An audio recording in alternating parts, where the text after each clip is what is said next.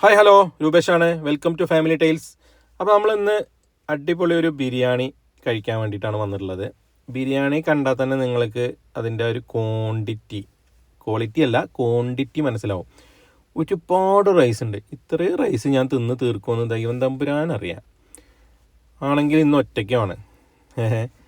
ഇങ്ങനെ കണ്ടാൽ ചിക്കനൊക്കെ വളരെ വലുതാണെന്ന് തോന്നും. പക്ഷേ ചെറിയ ചിക്കൻ പീസാണ് കേട്ടോ, 2 ചെറിയ പീസാണ്.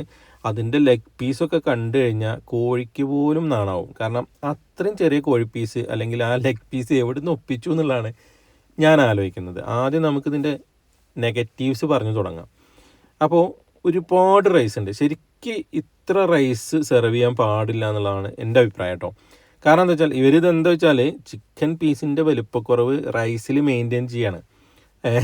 അപ്പോൾ എന്താ ഉണ്ടാവുക വെച്ചാൽ കുറേ വയറ് നിറച്ച് റൈസ് കഴിക്കാൻ ഇഷ്ടപ്പെടുന്ന ആളുകളുണ്ടാവും. ഞാൻ അത്ര അങ്ങനെ ആ രീതിയിൽ ഇഷ്ടപ്പെടുന്ന ആളല്ല.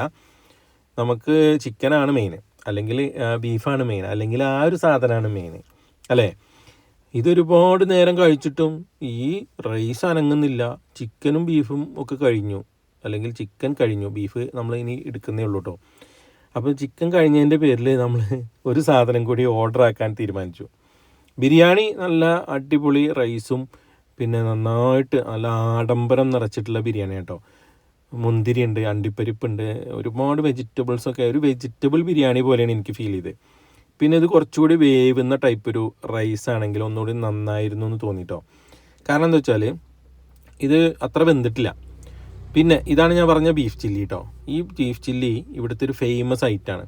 ഇപ്പോൾ നിങ്ങൾക്ക് സ്പോട്ട് ഏകദേശം മനസ്സിലായിട്ടുണ്ടാവും. ഈ ഒരു സ്റ്റൈൽ ബീഫ് ചില്ലി കിട്ടുന്ന ഒരു സ്പോട്ട് ഏതാണെന്ന് നിങ്ങൾക്ക് മനസ്സിലായിട്ടുണ്ടാവും. VMS ആണ്, നമ്മൾ അലനല്ലൂരുള്ള VMS ഹോട്ടലാണ്.